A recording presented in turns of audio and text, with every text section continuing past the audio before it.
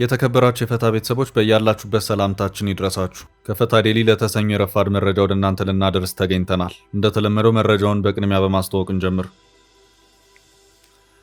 ጠቅላይ ሚኒስትር አብይ አህመድ ሰሞነኛውን የቲክቶከሮች እስር በተመለከተ ተናግረዋል። ጠቅላይ ሚኒስትሩ ግማሹ ለምን ተያዙ፣ ግማሹ ለምን አልተያዙም ይላል ሲሉም ተደምጠዋል። ዝርዝር መረጃውን ጥንቅራችን ያደርሳል። ለቀናት በአዲስ አበባ ቆይታ ያደረጉት የትግራይ ጊዜያዊ አስተዳደር ፕሬዝዳንት ሌተናል ጀነራል ታደሰ ወረደ ከፌዴራል ባለስልጣናት ጋር ካደረጓቸው ውይይቶች በተጨማሪ አንድ ሌላ ተጨማሪ ጠበቅ ያለ ውይይት ያደረጉ መሆኑ ታውቋል። በዚሁ ዙሪያ ጥንቅራችን የሚያደርሳችሁ ዕለታዊ መረጃ አለ። ህወሓት ከተፈናቃዮች ሳይቀር በማስገደድ ወርሃዊ የፓርቲ መዋጮ እየጠየቀ ነው ሲል በትግራይ ከሚንቀሳቀሱ የፖለቲካ ፓርቲዎች አንዱ የሆነው ሳልሳይ ወያነ ትግራይ ክስ አሰምቷል። ጉዳዩን የምንመለከት ይሆናል።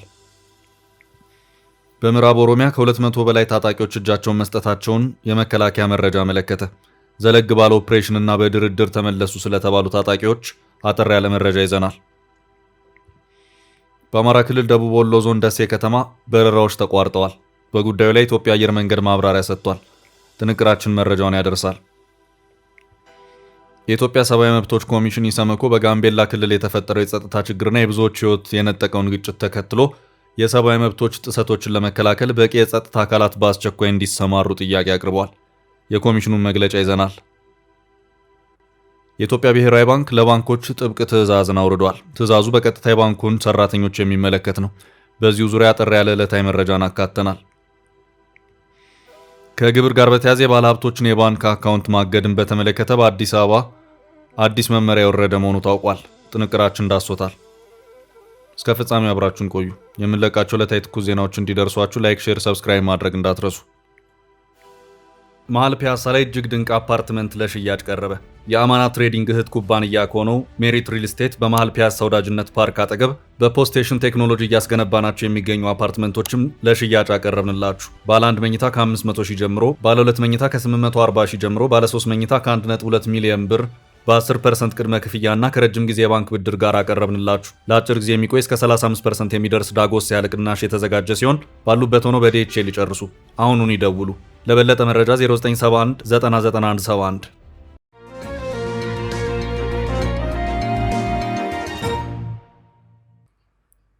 ጠቅላዩ ስለ እስሩ።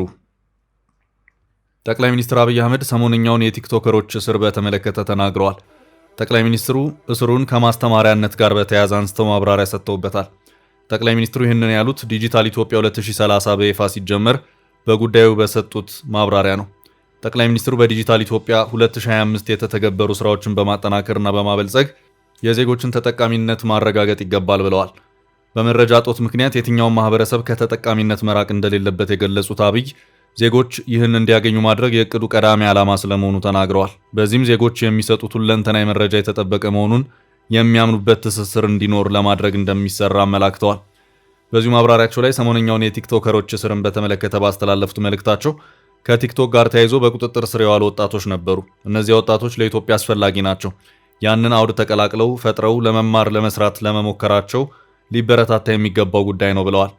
ጠቅላይ ሚኒስትር አብይ አህመድ አክለው ነገር ግን ሲማሩ ከውጭ መማር ያለባቸውን እውቀትና መጠበቅ ያለባቸውን ባህል ላይ መጠንቀቅ አለባቸው ብለዋል። የእኛን ባህል የእኛን ፍላጎት ከቀላቀሉ ግን ጥፋት ያስከትላል። ለዚያ ደግሞ መገሰጽ መምከር ያስፈልጋል ማለት ነው ሲሉ አብይ አብራርተዋል። ጠቅላይ ሚኒስትሩ ግማሹ ለምን ተያዙ፣ ግማሹ ለምን አልተያዙም ይላል። እኛ ልጆቹን ማበረታታት ነው የምንፈልገው፣ ግን እየገሰጽን እያስተማርን ነው ሲሉ አመልክተዋል። ጠቅላይ ሚኒስትሩ በአብነትም በአንዲት ሀገር 16 ዓመት በታች የሆኑ ታዳጊዎች ስልክ እንዳይዙ መከልከሏን በመጥቀስ ይህም ሞባይል ይዘው ከሚያገኙት እውቀት ጥፋቱ የጎላ ነው በሚል ነው ሲሉ ገልጸዋል። ቴክኖሎጂን እንዲጠቀሙም በትምህርት ቤት በመምህራን በቤት ውስጥ ደግሞ በወላጆች ቁጥጥር ስር መሆኑን አብይ አውስተዋል።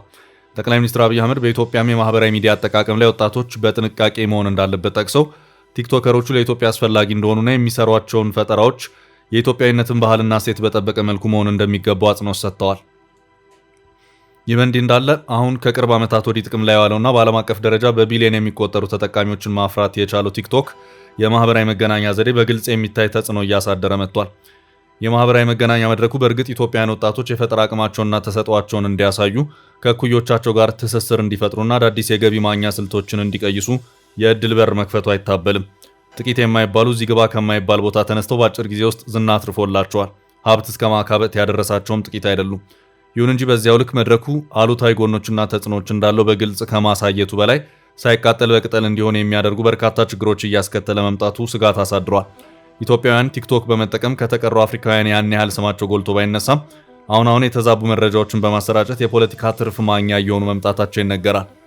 በተጨማሪም እምነትን ከእምነት ሊያጋጩ የሚችሉ የጥላቻ መልእክቶችን ማሰራጨትን ጨምሮ በህብረተሰብ ጤናማ አኗኗር ላይ አሉታዊ ተጽዕኖ የሚያሳድሩ ይዘቶችን ማጋራታቸው ከቀጠለ አሳሳቢ መሆኑንም ዶቼ ቬሌ በጉዳዩ ላይ ባስነበበው አተታ አመልክቷል።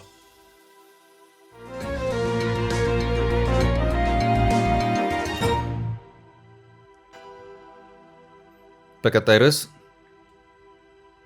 የጀነራሉ ሚስጥራዊ ውይይት። ለቀናት በአዲስ አበባ ቆይታ ያደረጉት የትግራይ ጊዜያዊ አስተዳደር ፕሬዝዳንት ሌተናል ጀነራል ታደሰ ወረደ ከፌዴራል ባለስልጣናት ጋር ካደረጓቸው ውይይቶች በተጨማሪ ከአሜሪካና እንግሊዝ ዲፕሎማቶች ጋር የተወያዩ መሆኑ ታውቋል። ውይይቶቹን በተመለከተ በተወያዮቹ በኩል ዝምታ ተመርጧል። ጀነራሉ ከፌዴራል ባለስልጣናት ጋር በነበራቸው ቆይታ ከጠቅላይ ሚኒስትር አብይ አህመድ እንደዚሁም ከኢትዮጵያ ንግድ ባንክ ከፍተኛ የሥራ ኃላፊዎች ጋር ተገናኝተው የተነጋገሩ መሆኑንም የሚያመለክቱ መረጃዎች የወጡ መሆኑም ይታወስ ነው። የውይይቶቹ ይዘቶች ሚስጥራዊ ናቸው ባይባልም ከዘገባ ሽፋን ውጭ እንዲሆኑ ተደርገዋል።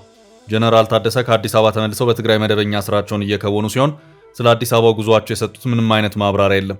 እስካሁን ባለው ሁኔታ በክልሉ ሚዲያዎች የዘገባ ሽፋን የተሰጠው ጀነራል ታደሰ ወረደ ከኢትዮጵያ ንግድ ባንክ በኩል የሥራ ኃላፊዎች ጋር የተወያዩ መሆኑን ብቻ የሚያሳይ ሆኖ ይታያል።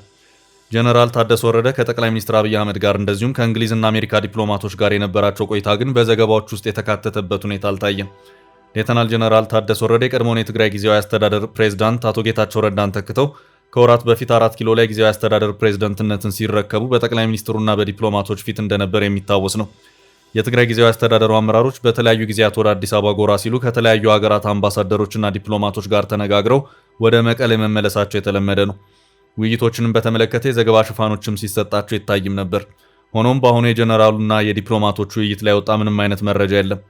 የባይደን አስተዳደር በምርጫ ተሸንፎ አዲሱ የትራምፕ አስተዳደር ወደ ስልጣን ከመጣ በኋላ የትግራይ ፖለቲካን በተመለከተ በአሜሪካ በኩል ያለው ፍላጎት ወደ ዜሮ የገባው ነው ይታያል።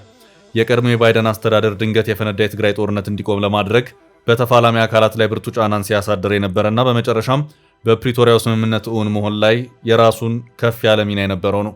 የትግራይ ጦርነት እንዲያበቃ እንደዚሁም የተፈረመው የፕሪቶሪያ የሰላም ስምምነት ሙሉ በሙሉ እንዲተገበርም ለማድረግ የቀድሞ የባይደን አስተዳደር የተለያዩ የአፍሪካ ቀንድ ልዩ መልእክተኛዎችንም ጭምር በመሾም ወደ ኢትዮጵያ እንዲመላለሱ ሲያደርግም ቆይቷል።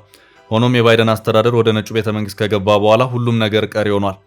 የአሜሪካንን ኮቴ የሚከተለው የአውሮፓም ቢሆን የቀደመውን የቅርብ ክትትሉን በከፍተኛ ደረጃ አውርዷል። የትራምፕን ወደ ስልጣን መምጣት ተከትሎም መቀሌ ይደረጉ የነበረው የአሜሪካና የአውሮፓ ዲፕሎማቶች ጉዞ ቀጥ ብሏል። ከዚህ አንጻርም ጀነራል ታደሰ ወረደ ከአሜሪካና አውሮፓ ዲፕሎማቶች ጋር የሚያደርጉት ውይይት እንደቀደመው ጊዜ ተጽዕኖ ፈጣሪ ነው ሊባል የሚችል አይሆንም።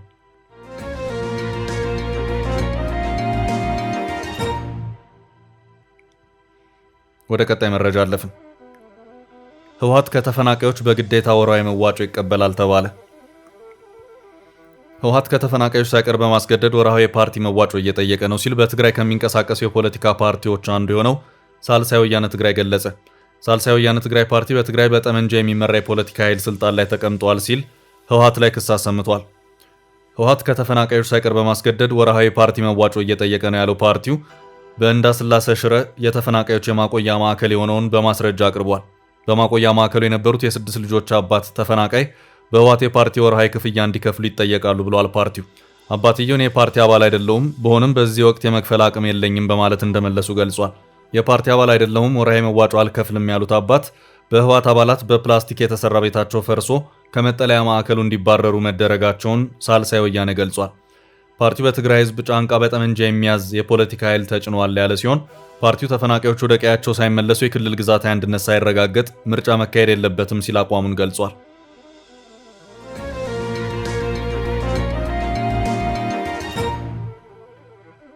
ወደ ቀጣይ ርዕስ አለፍን።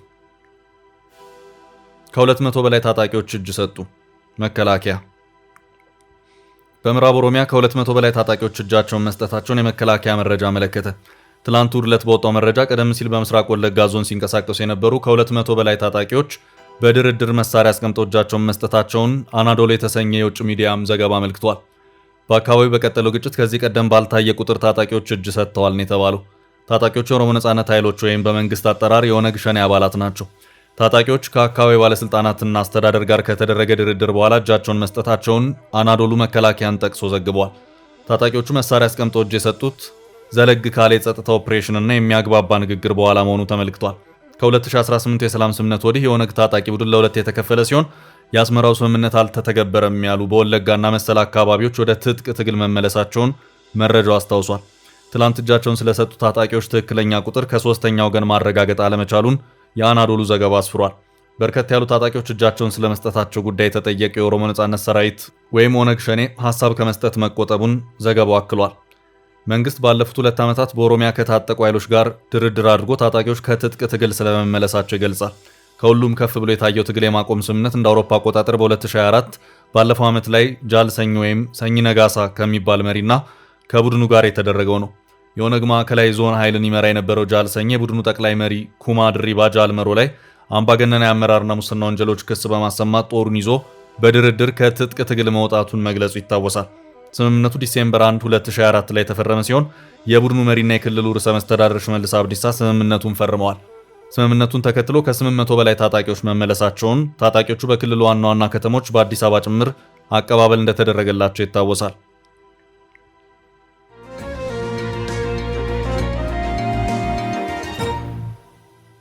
ወደ ቀጣይ መረጃ አለፍን። በደሴ የተቋረጠው በረራ። በአማራ ክልል ደቡብ ወሎ ዞን ደሴ ከተማ በረራዎች ተቋርጠዋል። በጉዳይ ላይ የኢትዮጵያ አየር መንገድ ማብራሪያ ሰጥቷል።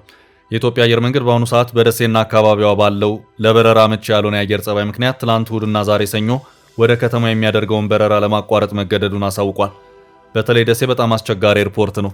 ቶሎ ገልጦ ካልታየ ብዙ የበረራ አደጋዎች ሊያስከትል የሚችል መሆኑ ስለታወቀ ችግሩን ለማስወገድ አየር መንገዱ ይህን ለመወሰን መገደዱን የተገለጸው የአቪዬሽን ሜትሮሎጂ አገልግሎት መሪ ስራ አስፈጻሚ አቶ ካሳ ፍቃዱ በሰጡት ማብራሪያ አደገኛ የሆኑ በረራን የሚያስተጓጉሉ የአየር ንብረት ክስተቶች ከሚባሉት አንዱ በኤርፖርቶች አካባቢ የጉም ክምችትና የመብረቅ ሁኔታዎች ማጋጠም ነው።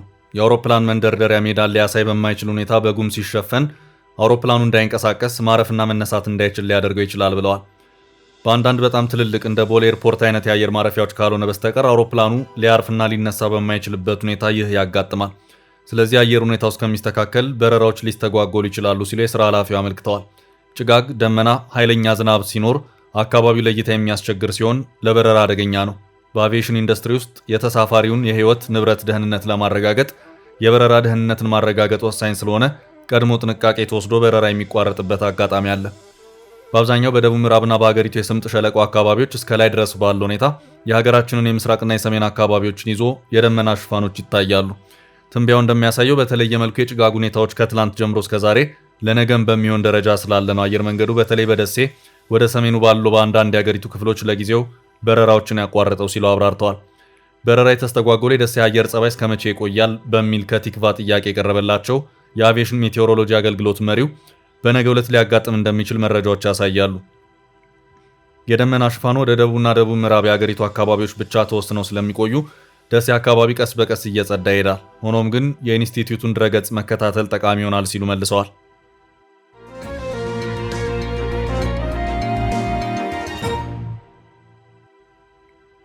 ወደ ቀጣይ መረጃ አለፍን። ኢሰመኮ በጋምቤላ በቂ ኃይል እንዲሰማራ ጠየቀ። በጋምቤላ ክልል ባለፈው 2 ሳምንት በተለያዩ አካባቢዎች በተፈጠረ ግጭትና የጸጥታ መደፍረስ የሰዎች ሕይወት መጥፋቱንና የአካል ጉዳት መድረሱን የኢትዮጵያ ሰብአዊ መብቶች ኮሚሽን ኢሰመኮ አስታወቀ። በክልሉ በሰዎች በሕይወት መኖርን ጨምሮ ሌሎች የሰብአዊ መብቶች ጥሰቶች እንዳይደርሱ ለመከላከል በቂ የጸጥታ አካላት በአስቸኳይ እንዲሰማሩ እንዲደረግ ኮሚሽኑ ጥያቄ አቅርቧል። ኢሰመኮ ጥያቄውን ያቀረበው በጋምቤላ የተለያዩ አካባቢዎች የሚያገረሹ ግጭቶች በክልሉ ነዋሪዎች ሰብአዊ መብቶች ላይ የሚያደርሱትን ጉዳት በተመለከተ ትላንት ባወጣው መግለጫ ነው። ኮሚሽኑ በዚህ መግለጫው በክልሉ ውስጥ ባሉት ኢታንግ ልዩ ወረዳ፣ ጋምቤላ ወረዳና በጋምቤላ ከተማ ከህዳር 28 ጀምሮ የተፈጠሩ ግጭቶችን እየተከታተለ እንደሚገኝ ገልጿል። የጋምቤላ ከተማ ፖሊስ አዛዥ የነበሩት ዋና ኢንስፔክተር ኡሞዱ ጁሉም መገደል ተከትሎ በጋምቤላ ከተማና በአካባቢው ባሉት ወረዳዎችና ቀበሌዎች ግጭት ተፈጥሮ እንደነበር ኢሰመኮ በመግለጫው ጠቅሷል። የጋምቤላ ከተማ ፖሊስ አዛዥ ባለፈው ማክሰኞ ታህሳስ ከተገደሉ በኋላ በከተማይቱ ለቀናት የቆየ ተኩስ ልውውጥ ሲካሄድ እንደነበር ነዋሪዎች መናገራቸው ይታወሳል። ይህንኑ በትላንት መግለጫ ያረጋገጠው ብሔራዊ ሰብአዊ መብቶች ተቋም በዚህም ሳቢያ የሰዎችን ሕይወት መጥፋትና የአካል ጉዳት መድረሱን አስታውቋል። ሆኖም ኮሚሽኑ ባለፉት ቀናት በነበሩ ግጭቶች ምን ያህሉ ሰዎች እንደሞቱና እንደተጎዱ በመግለጫው ከመዘርዘር ተቆጥቧል። ኮሚሽኑ በቂ ኃይል ወደ አካባቢ እንዲገባና ሰላም እንዲያስከብር ጥያቄን በይፋ አቅርቧል።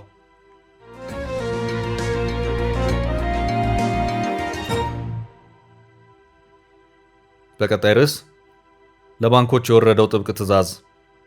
የኢትዮጵያ ብሔራዊ ባንክ ለባንኮች ጥብቅ ትዕዛዝ ያወረደ መሆኑ ታወቀ። ዋዜማ በዛሬው ዕለት ባሰራጨው ዘገባ እንዳመለከተው ከሆነ ይሄው አዲሱ ትዕዛዝን የእያንዳንዱን ባንክ ሰራተኛ የሚመለከት ነው። ትዕዛዙም የባንክ ሰራተኞችን የትምህርት ማስረጃ ምርመራና የማጣራት ስራ እንዲካሄድበት የሚጠይቅ ነውም ተብሏል። ለዚሁ አዲሱ የብሔራዊ ባንክ ትዕዛዝ ምክንያት ሆኗል የተባለውም በተለያዩ የሥራ መስኮች ሐሰተኛ የትምህርት ማስረጃዎች መኖራቸውን የሚያሳይ ፍንጭ መገኘቱን ተከትሎ ብሎም የዲግሪ ወረቀት ሽያጭ እንደነበር ከተደረሰበት በኋላ ነውም ተብሏል። ይህም በመሆኑ ብሔራዊ ባንክ የሀገሪቱ ባንኮች ውስጥ ያሉ ሰራተኞች የትምህርት ማስረጃ ላይ ማጣራት እንዲደረግበት ያዘዘ መሆኑን ዘገባው አመላክቷል። እንደ ዋዜማ ዘገባ ከሆነ የተሰጠው ትዕዛዝ ባንኮች የእያንዳንዱን ሰራተኛቸውን ከመጀመሪያ ዲግሪ በፊት ያለ የትምህርት ማስረጃ እንዲመረምሩና ከሚመለከተው የመንግስት አካል አረጋግጠው እንዲያቀርቡ የሚል ነው። በመመሪያው መሰረት እያንዳንዱ ሰራተኛ የዲግሪ ትምህርቱን ከመጀመሩ በፊት ያለውን የትምህርት ማስረጃ ማረጋገጫ ማቅረብ አለበት። ባንኮች ሰራተኞቻቸውን ወደ ዲግሪ ትምህርት የተሸጋገሩበትን የ12ኛ ክፍል ሰርተፍኬት ወይም ዲፕሎማ ወይም ደረጃ 4 አረጋግጦ ማቅረብም ጭምር ይጠበቅባቸዋል። የ12ኛ ክፍል ማለፊያ ነጥብ አስመዝግበው በቀጥታ ወደ ዲግሪ ትምህርት የገቡ የባንክ ሰራተኞች ከኢትዮጵያ የትምህርት ምዘናና ፈተናዎች አገልግሎት ማረጋገጫ እንዲያቀርቡ ተብሏል። ሰራተኞች የሚያቀርቡት የ12ኛ ክፍል የትምህርት ማስረጃ ማረጋገጫ ከአገልግሎቱ ለማግኘት በአካል ወይም በዲጂታል አማራጭ በተዘጋጀው ድረገጽ መጠቀም እንደሚችሉም ዘገባው አመላክቷል። በዲፕሎማ ደረጃ 4 የትምህርት ማስረጃ ዲግሪ የተማሩ ሰራተኞችም በተመሳሳይ ከሚመለከታቸው የክልልና ከተማ አስተዳደር ተቋማት ማረጋገጫ ማቅረብ ይጠበቅባቸዋል። ሰራተኞች ለዲግሪ ትምህርት መግቢያ ያስመዘገቡት የዲፕሎማ ማስረጃ ትክክለኛነት የሚረጋገጠው ማስረጃው ከተገኘበት ክልል የቴክኒክና ሙያ ኤጀንሲና ከተማ አስተዳደሮች የስራና ስልጠና ቢሮዎች ነው። በዚሁም መሰረት ይህንኑ አዲሱን የብሔራዊ ባንክ ትዕዛዝን በተመለከተም ባንኮች ለሰራተኞቻቸው አሳውቀዋልም ተብሏል። በመረጃ ማጣራቱ ሂደት አንዳንድ ባንኮች የትኩረት አቅጣጫዎቻቸውን ከግል ከፍተኛ ትምህርት ተቋማት መረጃን ባስመዘገቡ ሰራተኞቻቸው ላይ ያደረጉ መሆኑ ታውቋል።